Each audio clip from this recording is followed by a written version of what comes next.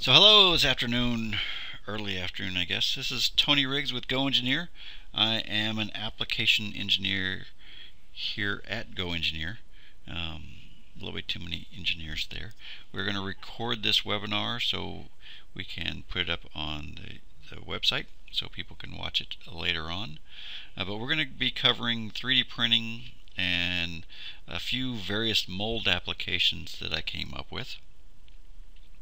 And this is the part of the job where it's kind of fun. We get to think outside the box a little bit, and you'll probably hear me say that a few times. When we open our mind to what 3D printing can do for us, it can be quite fun at times. So 3D mold applications, just an overview. I went through and was collecting different images on the mold creation, mold applications, and it says, it's been going on for a while. A lot of people doing research on it. I even found some images from ancient history where they had been doing similar type operations. So when we say mold applications and casting, there's a lot of things that kind of fit in that family, or that's how I feel at least. Sand casting, pour casting, investment casting, injection molding, and then a few variety of other types of molding applications. So the thing here, like I said, thinking outside the box, we run into people all the time who, they've been doing things the same way for years and years and years. Sometimes when you start thinking about 3D printing and how do we bring it in-house or utilize it, you may have to modify your existing techniques a little bit. We've been seeing several books out nowadays for designing specifically with 3D printing in mind. So it's on the forefront of a lot of people's brains. How do I design something if I know it's going to be 3D printed? So we're going to go through and take a look at some of these examples. Got some images and some benefits and considerations, different thing to take into consideration when we're getting started with one of these applications. So the first one that we're going to look at is sand casting. FDM is probably the best fit just for strength and durability, but I wouldn't see why the PolyJet side of things couldn't be used. You're basically going to make some sort of male version of the part and make an impression in the sand. There's multiple different methods. You see some of them listed there. The green sand is probably what I see the most people using. It's amazing. You go out on YouTube and you can find videos of people doing almost anything. I looked and found thousands of videos that came up under the search for sand casting. To me, sand casting is probably one of the maybe easiest applications in theory, but maybe one of the most difficult ones for me and you to do in our office or garage, because most of them, at least the examples I was seeing, was molten material. I haven't tried to fire up my or turkey fryer to melt some aluminum, but maybe one of these days. So what are some of the considerations? Low to moderate production volumes and pattern size. Some of these considerations we can do as blanket considerations for really all of these applications. If we've got one-off or 5 or 10 quantity, what are we doing to get those parts created? Just the whole idea of prototyping or additive manufacturing, the idea is, we produce the first 5 and then we see a design change. We don't have to go retool with metal tooling. We can just reprint the tooling and go from there. Part size, part complexity, we'll see that really with all these different applications. It's as complicated as you can get away with, and there's different post-processing that we can do to accomplish a bunch of different things. I am getting a note that says there's no audio. I had one person say that they could hear me. You can go check it, Zach. We'll give Zach well, I got one saying you hear me fine, so it may just be audio's fine, so it may just be you, Dina. Okay, I'll keep on going. Sounds like the audio is good. Let's go on over to the next slide here. For sand casting, compaction pressure, you definitely want the green sand, or the sand, to be packed nicely around the part. That's where the FDM side and ABS material can be plenty strong to withstand the packing pressure. Again, with the design, moderate to complex designs, we've seen some people take additional step on finishing the parts right off the printer. Can work just fine if it's a certain application. Whether you take some 320 grit sandpaper and sand down the parts to a smoothing station, dipping the part in acetone or an acrylic solvent, or spray paint, something to release from the sand a little bit better. There's all kinds of different options. Benefits: quick way to test the design. Maybe just test pour to verify the patterns and gates. In some of the videos that I was seeing, it's more of an art than a science. Where do I need to fill from to get the fewest voids? How big does my gate and runner need to be to get the material to flow? All of those type of considerations. We want to minimize the cost to get the parts done, and be able to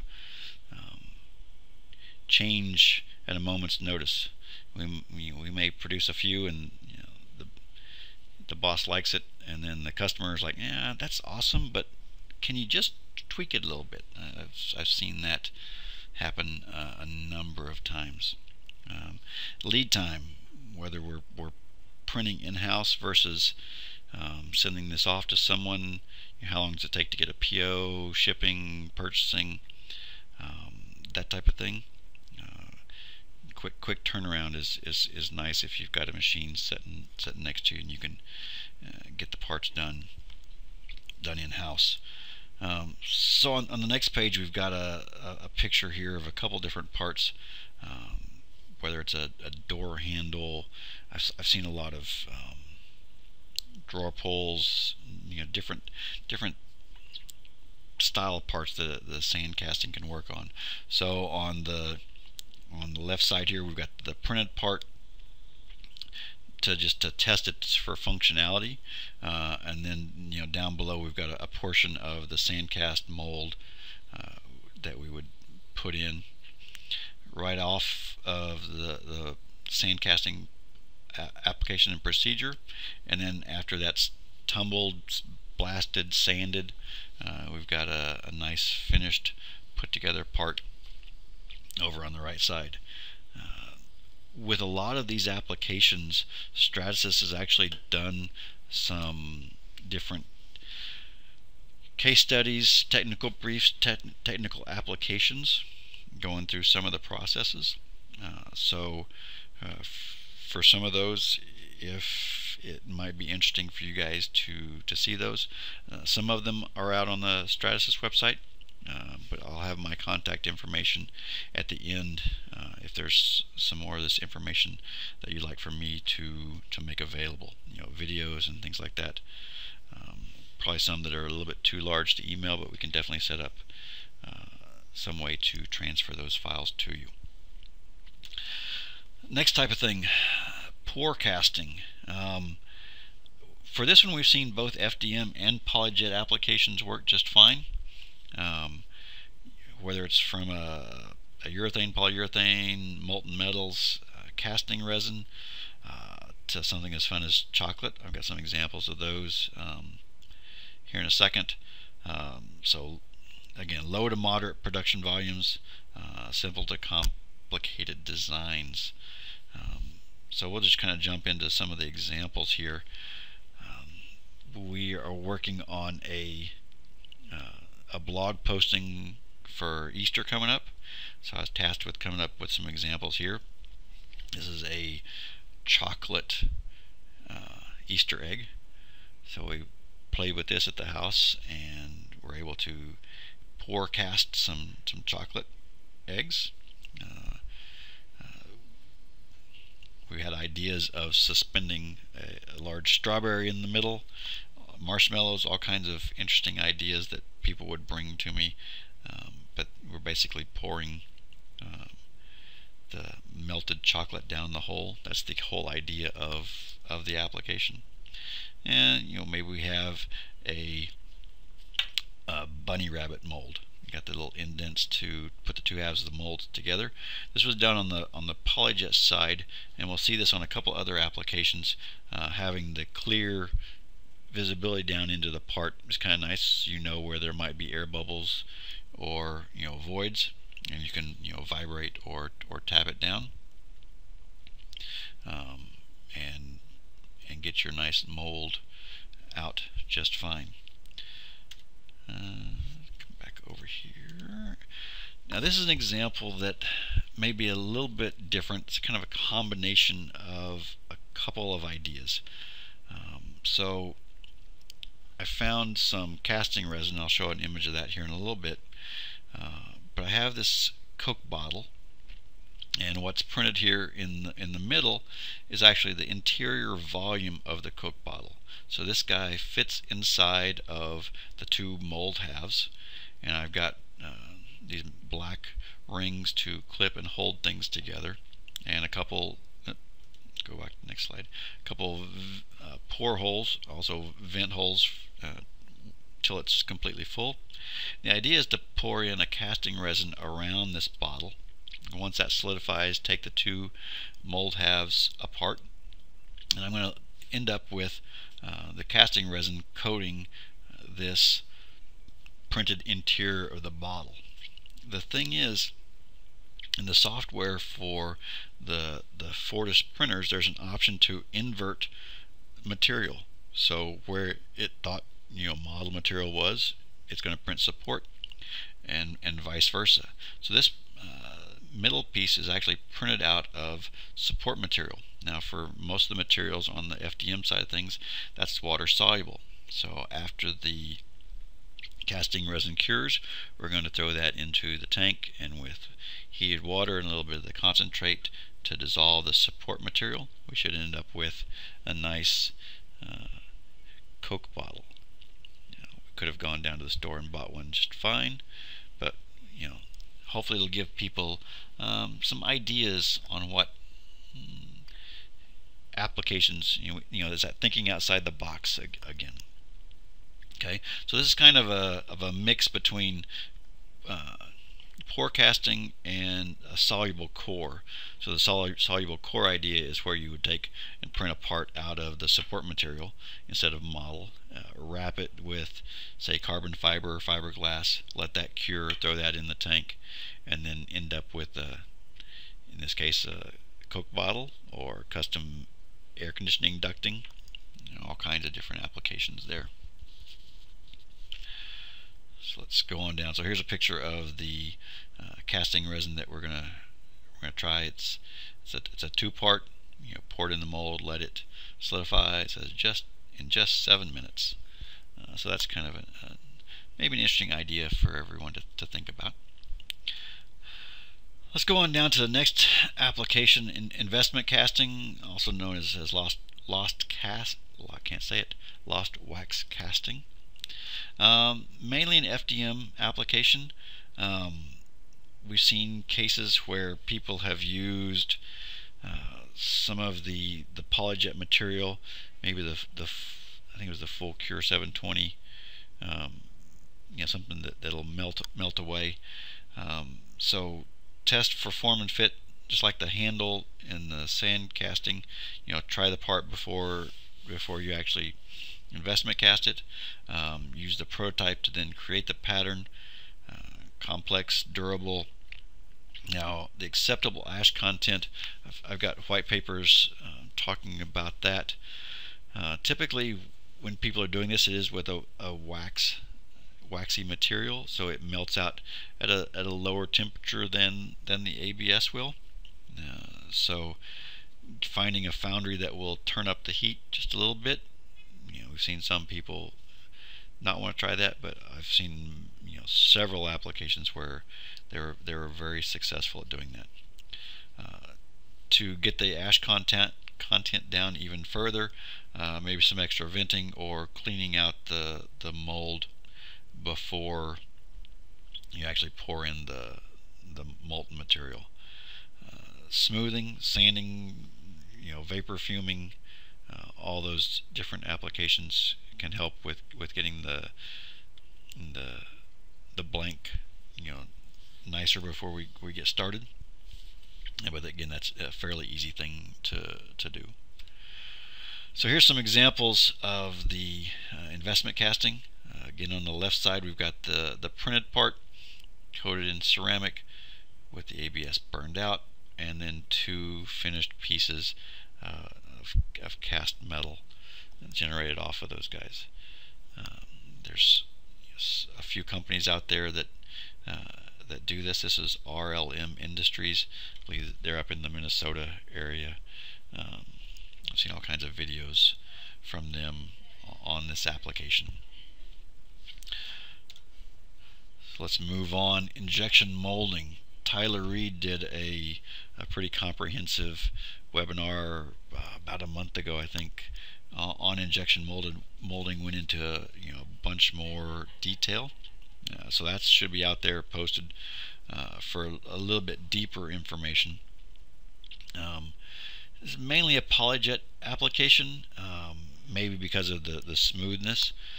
Digital ABS has got some of the highest temperatures that the injected material can handle. Again, we like the Vero Clear some because we can see when the mold is completely filled. We were a little worried about the temperature. I'll show some pictures in a little bit of some parts that it started off in the 300 to 330 degrees Fahrenheit range for the melting temperature for the material, and the clear mold held up I thought fairly well. We had runs of 20 and say 30 on the parts, and didn't see any big problems. When you're printing it, print it with the mold side up. Glossy finish is kind of nice. Just anything that minimizes support material. From Tyler's presentation, build it with the orientation where the flow is in the X direction, but that can get you some pretty nice surface finish. And if you need additional cleanup, sanding, coating with a release agent, that can be easily done as well. Where you're going to need to work on things are the injection parameters. What temperature works best with the material. How long do we pack the part? What hold time do we have? What shot size are we going to need? Do we have enough in our barrel to get things done? So here's a couple examples. The example on the left was some Christmas ornaments that we made. TOLA is the Texas, Oklahoma, Louisiana, Arkansas. So GoEngineer 2014. we've got some little vents that we added to the part to get the fill up in the handle, and once we practiced a few times, we were able to get that pretty nice. The GoEngineer bug logo over here on the right side also worked out pretty good. We've got some small little vents that go out the bottom, basically injecting here in the top. Here's a little picture of our desktop injection molding machine. I think we went out and spent about $1,600 on that guy. He seems to work plenty well for everything we've tried so far. Where we got started with this, got a Hot Wheels car maker for my son for his birthday about a 1.5 years ago, and we basically reverse engineered the mold to fit back in there. Printed the GoEngineer bug again, golf tees. The problem with that, we were forced to do a full pull on the lever to get a full shot, so that's nicer on the other, and we can stop it when we get the 100% fill and kind of go on from there. So I do see a question about the upper limit on the digital ABS. So the number that we see on the literature is saying, I believe it's in the 170 degrees Fahrenheit range, and then the Vero Clear is much is a bit less than that. But again, we were seeing it running up in the 300 degree range on the molten material. We saw where we tried some 420 degrees Fahrenheit. So being able to molding material like an Ultim with a melt temperature at 670, that might be pushing it a little bit, Brett. But I guess it kind of depends on the cycle time, the mold size. How well is it going to be able to take that heat? We've had people suggest, because it's 3D printing, we can do whatever we want to, printing in water channels so we can cool the mold. Some of the literature on the molding material talked about needing the molds preheated. You could do the same thing for that. So I guess it kind of depends on how many cycles you need to run with it. Here's a couple of other examples that Tyler came up with, from bolting the molds together to we've got the brass inserts there. This is the case where we inserted a bolt up into the mold and then basically over molded over the top of the bolt. Gives you a nice fastener to work with. And this one's a little bit more complicated. This is a part that they were injecting out in the Salt Lake office. We've actually got one of these printed here in Houston that we're going to try out. With this one, it's going to take pretty much a full shot from our small injection molding machine. So fill it to the brim, pack it in a little bit, and then continue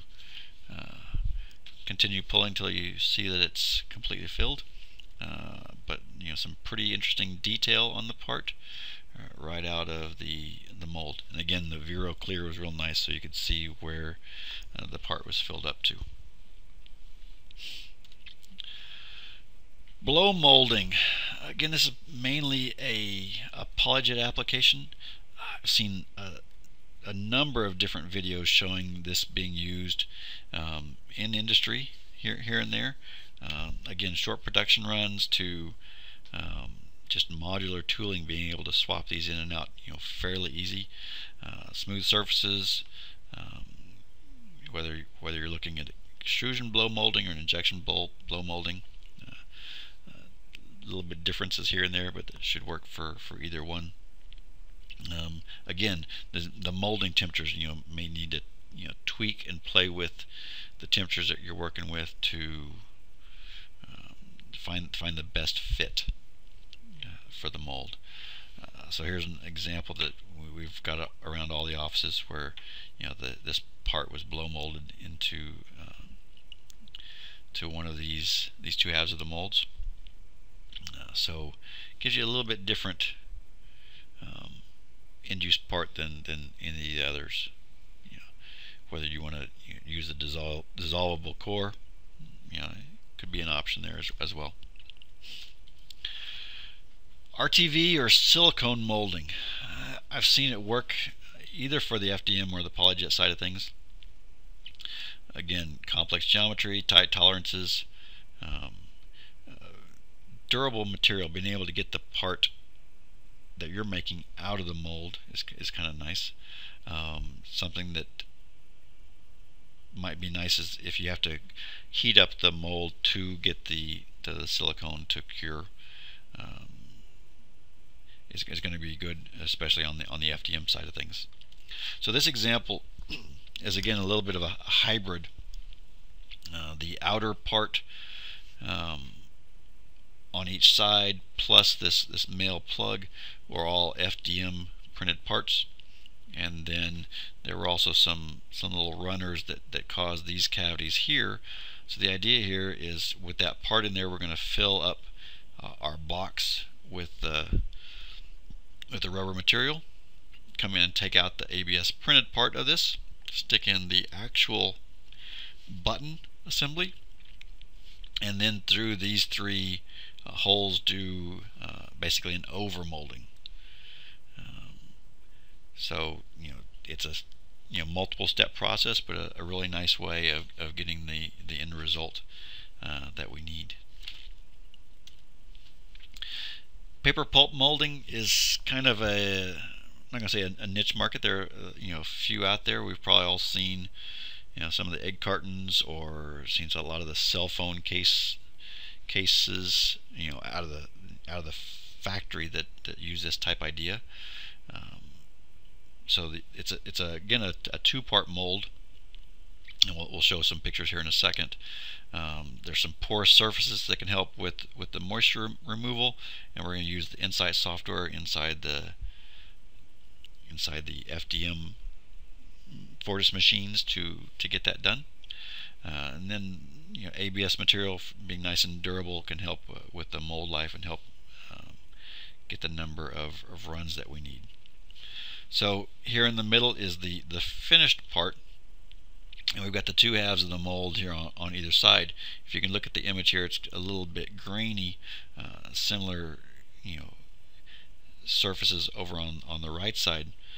What's going on here is there's a technique within the Insight software where you can come in and kind of every other layer we're going to give it a nice perimeter contour, and then on the opposite layers we're going to not have the perimeter but have a zigzag raster fill on the inside, so that lets it be even more porous than normal.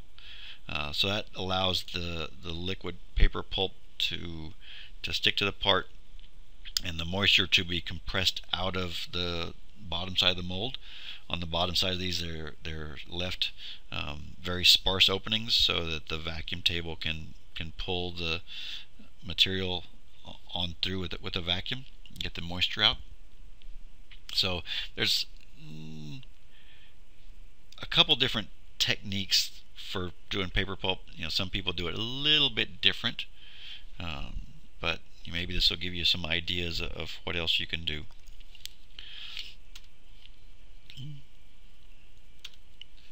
Come on down. We want to throw this in here for a little bit. They do have a special offer.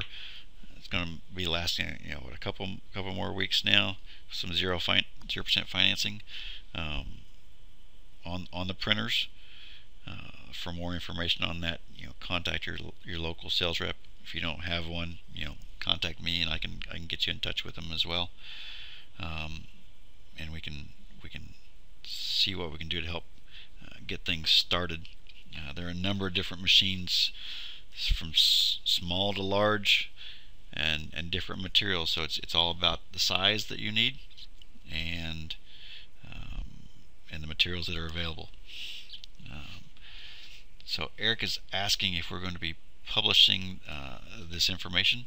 We're going to definitely put the video out on the website, on the GoEngineer website, and try to get the PDF of the presentation out there as well. And if you need additional content on the applications themselves, I can get those to you later on down the road. So to get a little bit more information on that, we can come in and see my email address there at the bottom of the screen. I'm on LinkedIn like many other people are. We've got a YouTube channel. We've also moved a bunch of the videos over onto our main website as well, GoEngineer.com. And like the statement says, GoEngineer provides design and manufacturing tools. We want to be that vendor that can help you find solutions. If there's something interesting you want to try, definitely let us know. We can see how we can help. Get Stratasys involved. We've got a team here internally for doing manufacturing applications, and we're trying to see how much expertise we can build internally. It's fun going out and seeing customers and seeing the fun things that they're doing with their 3D printers. I'm looking over at the question and answers. I don't see any new questions.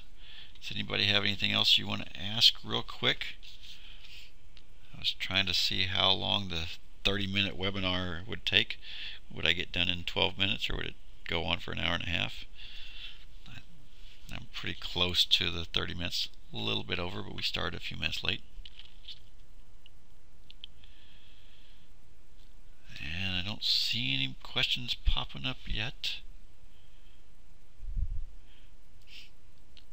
So, what is the best mold technique and machine for one-offs? Oh, Eric, that's a fun question. It's really going to depend on the geometry and the type of material that you're wanting out. High resolution like jewelry. We've seen a lot of people use the sandcast type technique with very small intricate parts. That's usually a wax type part. We've seen some pretty delicate things printed on the polyjet side of things that can be then used to create the mold and get it burned out. Here in Houston, we are in the oil field industry, so everything's huge and ginormous, so it's a little bit different scale than on the jewelry side of things. But there's definitely some applications for that. Another question: is there anything specific for dental applications that you might have to show? On the dental side, Stratasys actually has a specific dental printer. They actually sell that through specific dental resellers. It's a little bit different. Some of them actually come with the scanners to scan the inside of the mouth and then take that straight to the printer. So probably the best way to find out more information about that side of things is to go straight to the Stratasys.com website. I've seen multiple ways of doing things on the dental side. There's companies out there making the custom retainers. They'll get the scan information from the teeth, print the version of the teeth, and then another application that we didn't really cover here that I thought about including is similar to the vacuum forming. So they'll take the teeth shape, vacuum form over the top of it, little trimming up of the teeth, and making the invisible dentures, if you will. So hopefully that gives you something to look for, Jack. Anything else you guys can think of, or shall we call it a day? So the desktop injection machine is going to be an LNS injection molding machine. You can do a pretty quick search on that. Like I said, it's kind of a Kickstarter, and we got one for here in the Houston office, another one is in Salt Lake, and we're having all kinds of fun with that.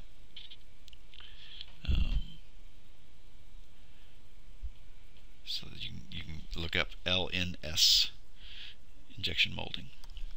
Again, there's a bunch of videos out there showing the operation of that guy as well. Well, again, this is Tony Riggs with GoEngineer, and thanks for joining the webinar. And if you have any questions, shoot me an email, triggs@goengineer.com, and we'll see what we can do to help you out. Talk to you later. Bye.